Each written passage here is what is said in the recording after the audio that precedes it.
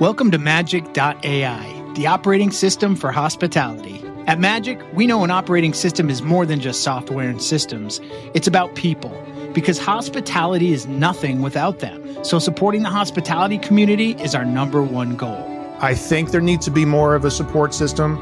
Like, you have to love this business and you have to love every aspect of it, including sharing tribal knowledge on what is successful and also tribal knowledge of what is a failure. Founded by lifelong experts, we're building the place where everyone in hospitality, from seasoned pros to first-timers, can gather, share, and grow together. Plus, we're crafting scalable tools and AI-supported software to boost your business. Dive into our vibrant community platform packed with meaningful conversations and robust tools and templates designed just for you. Need more? Our custom software solutions have got you covered. From recruiting and staffing to digital playbooks and dashboards, we're working on building a unique hub of resources unlike any other. Magic is your single point of origin for important conversations, accessible tools, valuable insights, and more. Join us at Magic.ai. The evolution of hospitality is here.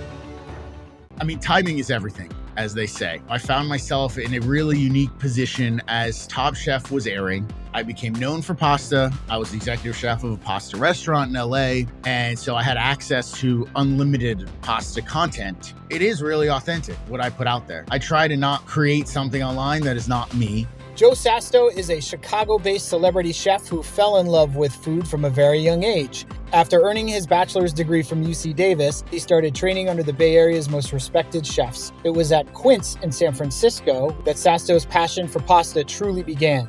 As an executive sous chef at Lazy Bear in San Francisco, Sasto raised Lazy Bear to a 2 Michelin-starred restaurant and Quince to a 3 Michelin-starred restaurant. Sasto has become a reoccurring judge and chef personality across multiple shows on the Food Network. Aside from his career as a chef, Joe Sasto has developed a high-end customizable pasta and pizza tool line with the esteemed knife maker and blacksmith Doghouse Forge. He is also the creator of Tantos, the first puffed pasta chip, and he just finished writing his first cookbook, which is set to publish in 2025. I think part of finding my own culinary voice through time, really happened during Top Chef, which is such a huge throwback.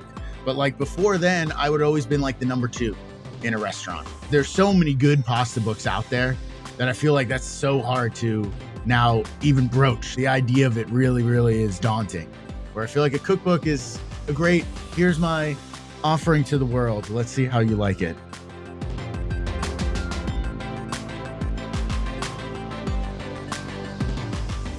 Tantos is, the first and only puffed pasta chip. It's actually pasta.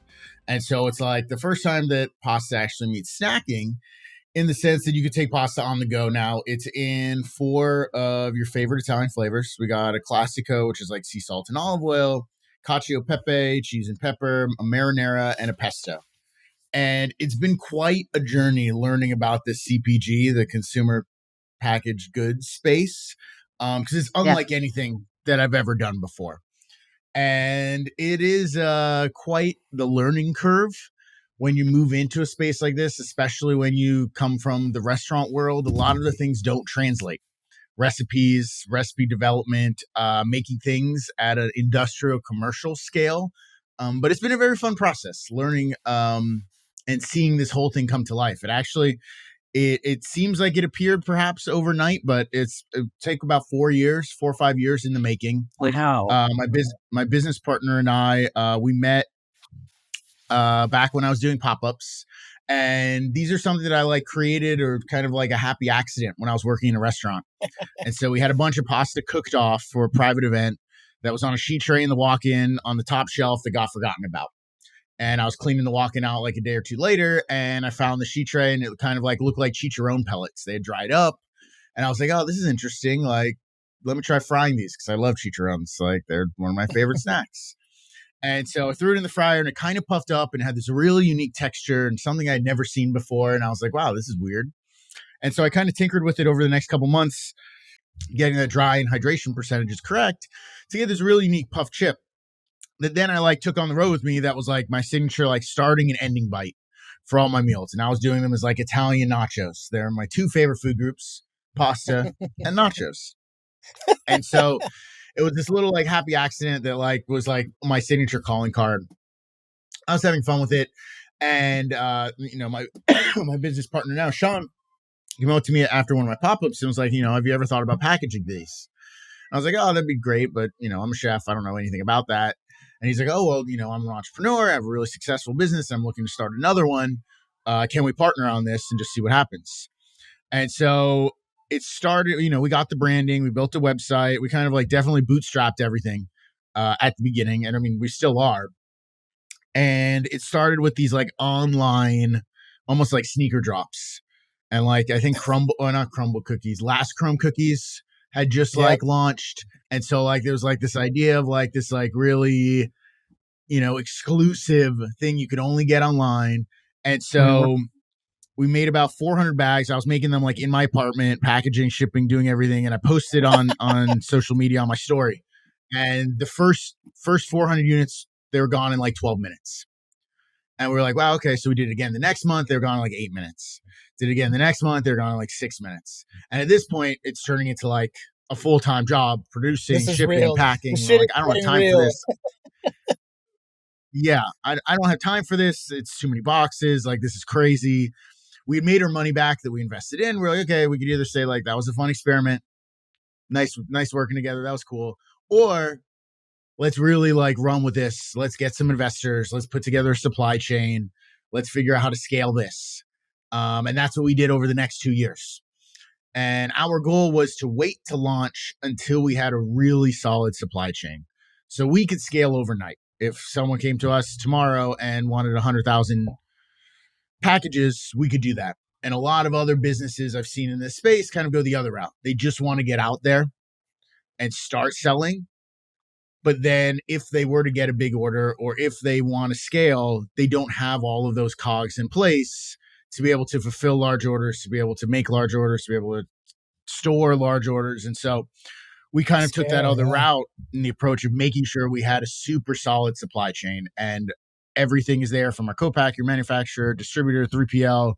And so now we're able to grow exponentially. And we're only, July, I always say July 24th is National Tantos Day because that was the day that we launched officially. And so right now we're on Amazon. We're on our website. We're in a handful of like local grocers. And then starting next year, we'll be, fingers crossed, we're tying the knot on an airline. We have a couple of national chains. And so like things are going really well. That's awesome. That's incredible. So how did you figure out how to translate the flavors that you were making to an industrial scale? Or right, so it's so different from making them in your own kitchen and you have full control and you have control over how it's made. How did you make that transition? Yeah, it was interesting because initially I was playing around with like a lot of chef-driven flavor, pink peppercorn, and yuzu, and like Szechuan, and like, things that I thought were really cool.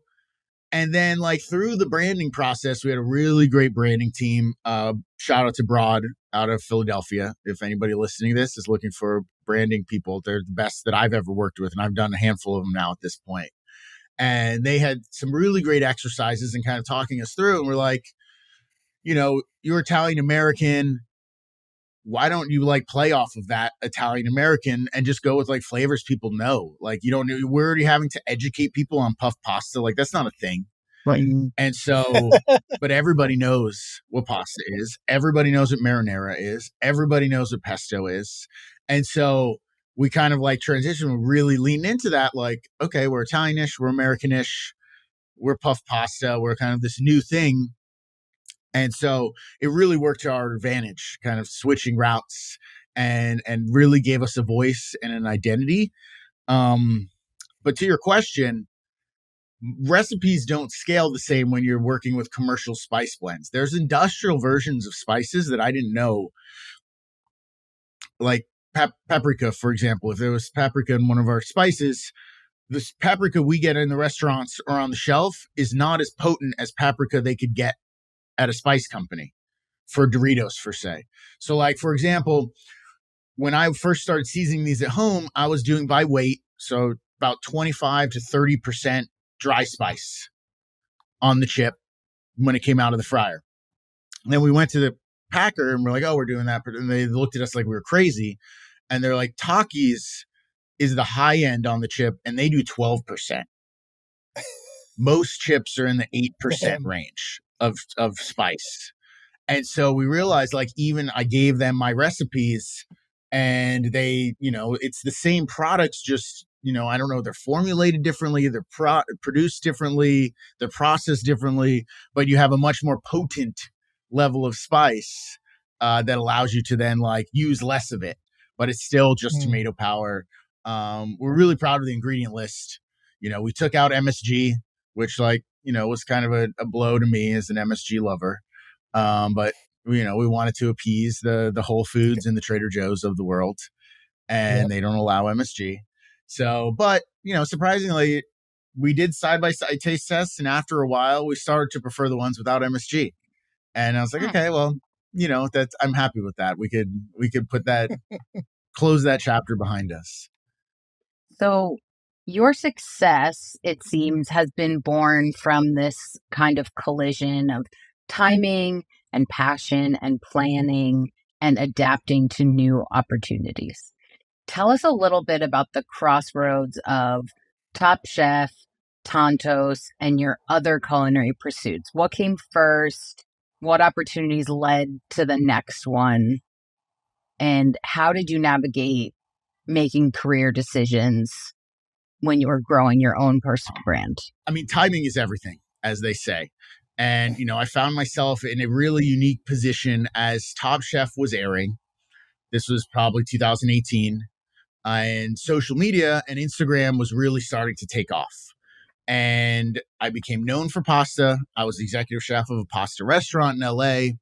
And so I had access to unlimited pasta content. And I really enjoyed taking photos. I really enjoyed making pasta. It was my zen space in the restaurant to be able to go to the pasta room and kind of like put out all the stress from the day and all the other, the dishwasher broke or this person called out or whatever it was. And I was able to just make pasta. I could take photos of it, get videos of it, and I would just post about it. And it really took off. And that helped start and kind of launch my social media identity and brand from that point. To then when I was able to then leave the restaurant industry in the traditional sense and start traveling, doing pop-ups, doing events, doing these festivals, doing charity dinners, and really kind of leveraging social media and that following, that base of people and those base of supporters that I had to be able to continue to do new things. And I'm the kind of person that always feels like if I'm not doing something, someone else is. And so I kind of have this drive of like constantly needing to be working, constantly wanting to do something. Yeah, it's just this it's like a blessing and a curse where, it's nice to work for yourself, but at the same time, you're always working. I don't look at weeks in the traditional sense of like, oh, Friday or Saturday, Sunday, we're off. I'm like, there's shit to do. Like, maybe I'm taking meetings or finishing emails or working on a proposal or editing content. And so, there's always that it's a double-edged sword for sure, leaving and working on your own. But, it provides so many more opportunities and so many more experiences to learn from. And so having that entire kind of shift and being able to then take advantage of virtual classes and teaching people online and kind of, when everybody was at home during the pandemic and people were looking for kind of comfort and nostalgia and peace of mind. And food was that for a lot of us. And so I was able to connect with others through food and people were able to create my recipes. And I wasn't able to cook for people, but I could cook with people through the internet. And so that kind of became cathartic for me, cathartic for them. And it was a really great kind of to get through those times that was, difficult for all of us. But again, timing, being able to jump on that early, to have a good understanding of the way media works, how to edit, how to shoot, a lot of chefs, it's a new world. It's not something we learn in the restaurant. That's for sure. So, I found myself very fortunate to kind of like have that background, pick it up very easily. I spent countless hours watching YouTube videos of how to use Final Cut Pro and like kind of like refreshing everything I learned in high school. And, but now it's afforded me to be able to do this full time. Do you have a team, or do you have anyone that helps you now with your social media or your videos editing, or are you still doing all of that yourself? I wish I could say I had a team. So my girlfriend Kate, she does an amazing job filming all the videos now, and she does all the social for Tantos, and so she does a lot of the heavy lifting for that. I manage all my own socials. I still do all my own editing, and then occasionally I'll still shoot things myself when she's busy. But yeah, it's really like a one man show in a sense. Well, it really allows you to stay authentic and true to who you are, to have your hand in every decision of how you're branding yourself to your followers. Yeah, and it's this thing where I love it. I enjoy it. And so many people ask me like, how do I get into it? I'm like interested in starting to create social content, or I like cooking and I want to make recipes online, or I want to post things. And it's like, you have to enjoy it. First of all, like if you don't enjoy filming or editing or doing these things, it's going to be very tedious and very grueling. And, just like anything, it's so many people get into it for the wrong reasons. And, it's important to remember that no matter what you're doing, like you need to enjoy it, but because then it comes across authentically to the people that consume it. Yes. It comes naturally to you. Yeah, and being so active on social media, you've developed, I feel like, your brand as a chef that's like really forward thinking, but that kind of pulls from nostalgia. Your feed is like, if for anybody to go through and scroll your feed, it's very like hip, fun, vibrant, colorful, punctuated with pasta shapes, but also classical dishes. But your approach is like, I think, just really fun, right? Overall, like that's kind of what calls to me. It feels authentic. And have you had to work to cultivate that social media presence, or does it come really naturally to you? I feel like it's something that's is always evolving. A lot of people like think that, yes, social media is not all that you see out there. It's not as real as people make it out to be. But I think a lot of people are surprised when they meet me, they hang out with me, they cook with me, that it is really authentic what I put out there. I try to not like create something online that is not me. And I think part of finding my own culinary voice through time like really happened during Top Chef, which is like such a huge throwback. But like before then, I would always been like the number two in a restaurant. And so I always kind of like had someone to get approval on a dish or run an idea by, or like make the final decision as to like, hey, does it need something? Is this too much? Should we remove a component? And then Top Chef put me in the position where I was doing my own editing. I had to self-reflect. I had to decide like what mattered most. You only have an hour to cook. What are the most important things you need to get on the plate to best represent yourself and to tell your story and to show your voice? And so that was something I never really experienced before. And so that really set me up and got me in that mindset of cooking for myself, cooking from my heart, and kind of making food that I enjoyed, and not just like replicating dishes that I had seen someone else do or learned a technique from this person, or this is something we did in a restaurant somewhere. These are all like, my own things. And it's, over time you start to develop your own style and your own way of doing things, and things that you like and things that you don't like. And, I'm curious to like hear, like I have a sous chef that's worked with me for years and years and years. And he helped me shoot my cookbook. And, I want to somehow candidly know like the quirks that I have. Cause it's like, you work for those chefs and they're like, oh yeah, they always like do that one thing with their spoon, or they always like there has to be this way, or they don't like their parsley chopped like that. And I'm sure there are things like that about me that I don't even realize. That You should ask him. I know, but he would know. He's like the most, so like he's like a younger Korean guy and just like very respectful and disciplined, and like he would see it as the wrong way. Like he like he wouldn't understand why He's not I'm gonna like, like riff on you. Yeah, yeah, yes. yeah. Tell us about the cookbook that's coming out in 2025. Very exciting. We're shooting for a fall publication date. And the idea is it's not all pasta.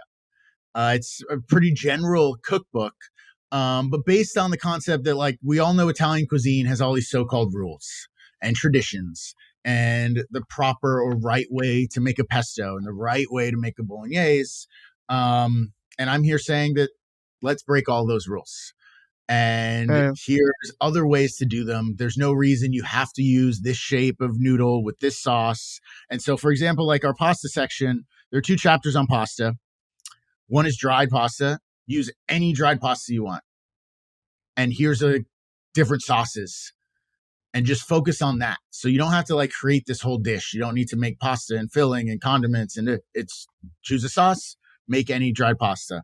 And then there's a filling chapter on filled pasta with a bunch of my favorite fillings, but just pour melted butter over any way you decide to stuff.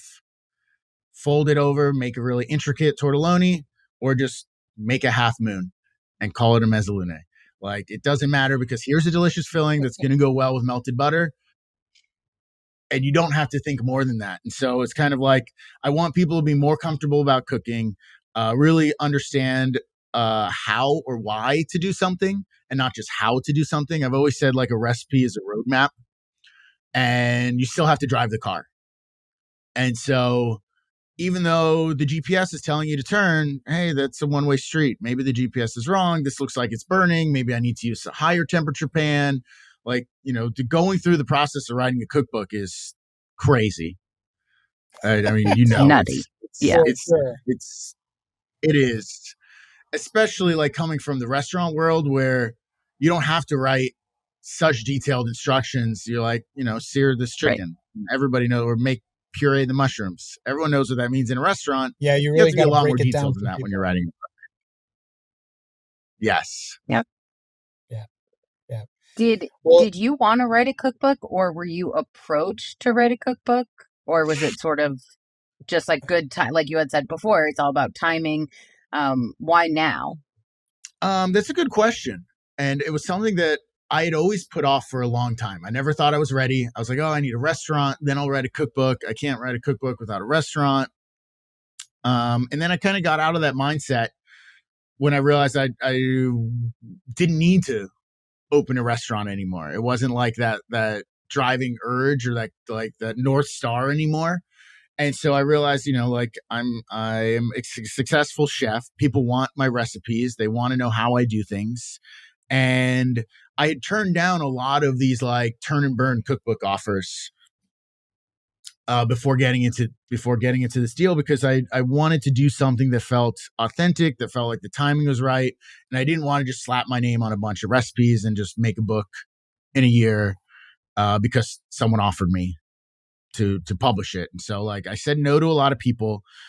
And then finally, like, the timing seemed right. I found a literary agent that I really liked.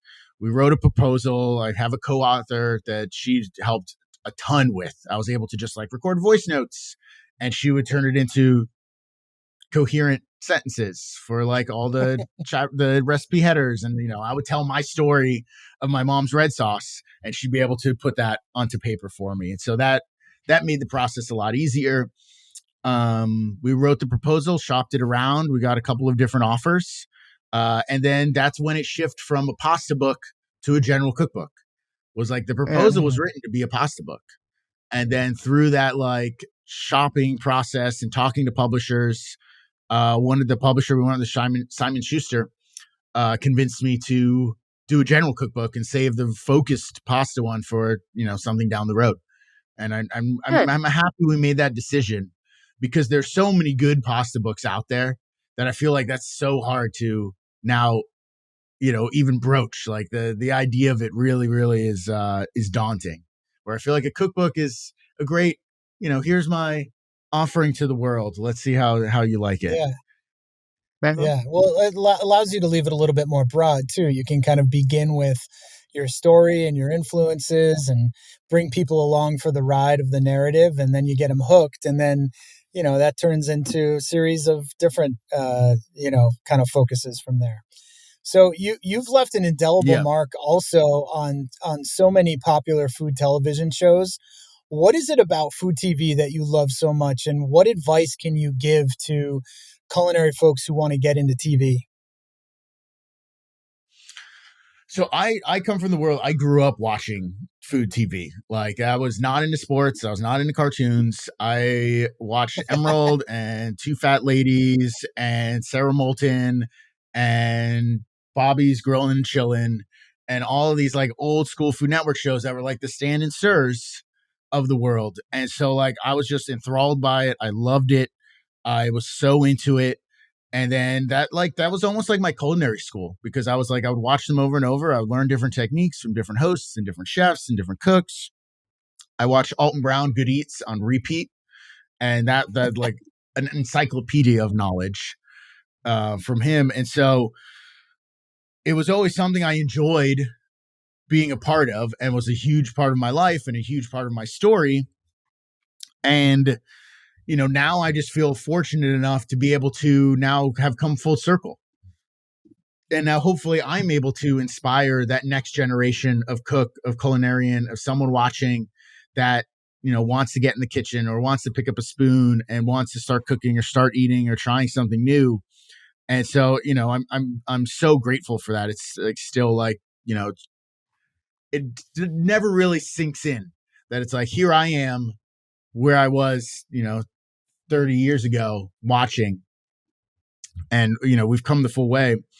But to your point about like my advice I give to everyone, and like I have a lot of friends, and especially in the creator space, that like now they're you see casting companies start to like branching out to people on social media or like asking chefs, and like people are interested, but they're hesitant to put their toes in because they're afraid of like how they're going to look, how they're going to come off, how it's going to be edited, what if they do bad, what are their friends or family going to think. And so what I always say is, say yes to every interview request from casting. Do the interviews, get on tape, fill out the applications, go all the way down the road, and then you could pull out if you get cold feet at the very, very end. But say yes, because just like the restaurant industry is a small community where everyone knows each other, the casting industry is probably even smaller. And so you're on tape, they have you filed away. Maybe you weren't even good for the show that they interviewed you for, but a year or two from now, maybe they're making a new show about chefs from Boston. And they're like, oh my God, I interviewed this guy, Matt, and he was awesome. I remember that. Like, grab the tape, you get a phone call. Next thing you know, you're a special guest, you're a judge, you're a host, whatever it is. And so that's always what I tell people. Like, people are so afraid to even like take that first step because they think then they're locked into it. Just do it. Get on tape. Like, what's the worst that could happen? Like, then, you never know. Maybe, and then maybe you hate it. Maybe you hate talking on camera. Maybe you hate like people asking questions and you're like, this isn't for me.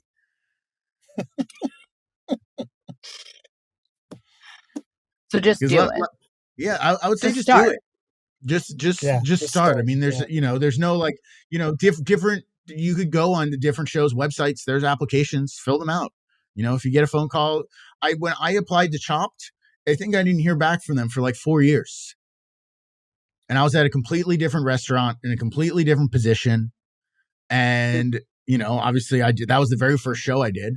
And that was like my introduction to it, but it just took me, I applied. I was like, I watched Chopped growing up. I was at like sitting on the couch. I was like, oh, this is what I would do. This is what I would do. Playing out the scenarios in your head, the armchair quarterback. But then I finally had the opportunity to do it. My wife and I do that with Top Chef. We'll say, what would you make? What would you make? Yeah. Yeah, it's easy when you have the time and you're watching people, but in those moments, like, you have a minute to decide what you're going to make, and then it's like go time. And the pressure is real. The pressure is real, especially on like when you start moving up the ranks and you do shows like Tournament of Champions, like where you're cooking with the best of the best and like your culinary idols and people you like looked up to, and here you are competing alongside them and against them, and it's like 1 round elimination, 30 minutes, cook your heart out, ready, set, go.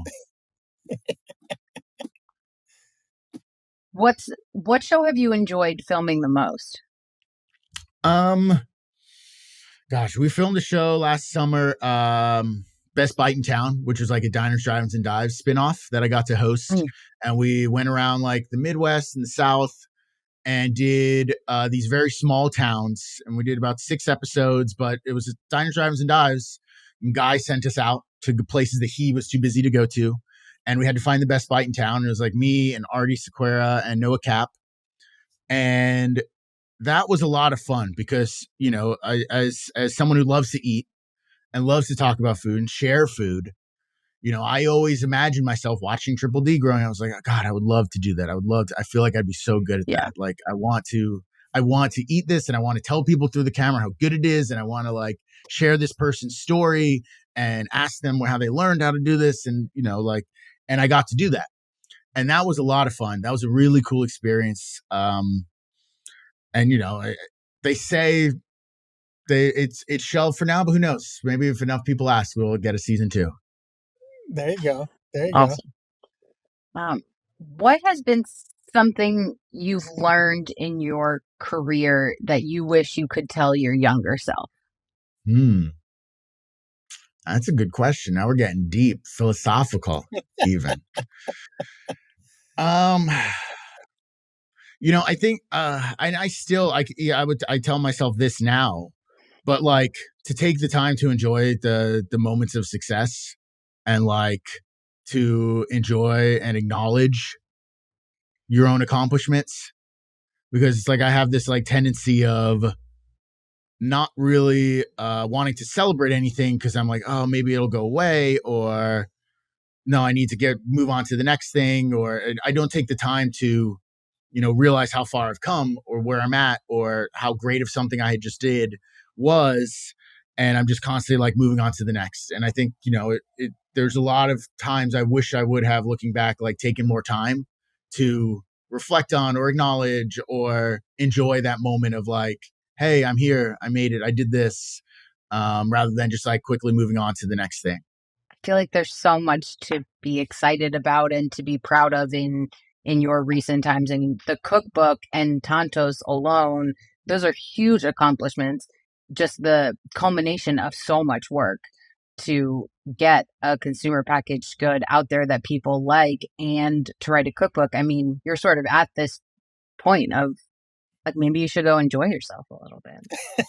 Yeah, no, you're absolutely right. You're absolutely right. And it's like, you know, Kate, my partner Kate, she does a very good job of reminding me of to enjoy those moments and to, you know, be proud of my accomplishments, because sometimes I don't give myself enough credit. Who is the one person that you've hired that has transformed your business? Well, I mean, I think we touched on it broad, the branding team that put together our whole voice and identity. They were definitely probably our most strategic and best hire that we've done at this point. But then otherwise, it's just 2 employees, me and Sean. So it's like we do. Is there a key position that you see emerging that you might want to hire for in the future? We're going with our next round of funding. We're ready to bring on a COO to do operating full time, so Sean isn't split between his 2 jobs. And then we want to bring Kate on full time for marketing and social media. And then those are like our 2 big positions that we need to fill at the moment. But of course, everything requires money and time. So if anybody listening is interested in investing, definitely reach out. What's been the most successful marketing decision you've made for your business? To me, like marketing and social media go hand in hand. Like being able to understand and capitalize and really use social media has been, you know, a critical marketing decision. And plus, just given my, you know, my connections in the industry and being where I am in life, it's been really helpful being able to like send out gift boxes to, you know, X, Y, and Z and have access to people that we wouldn't normally have access to as a startup company. And so it's helped open a lot of doors, just, you know, being in the right place at the right time. And, you know, everything happens for a reason. Okay, the last one is on technically software, but it can really be on anything. What is the one tool that you use every day? Oh, Final Cut Pro software. Oh, there you go. Okay. Big fan of For Final all Cut. of your Use that social every media single day. editing. Yep. Yep.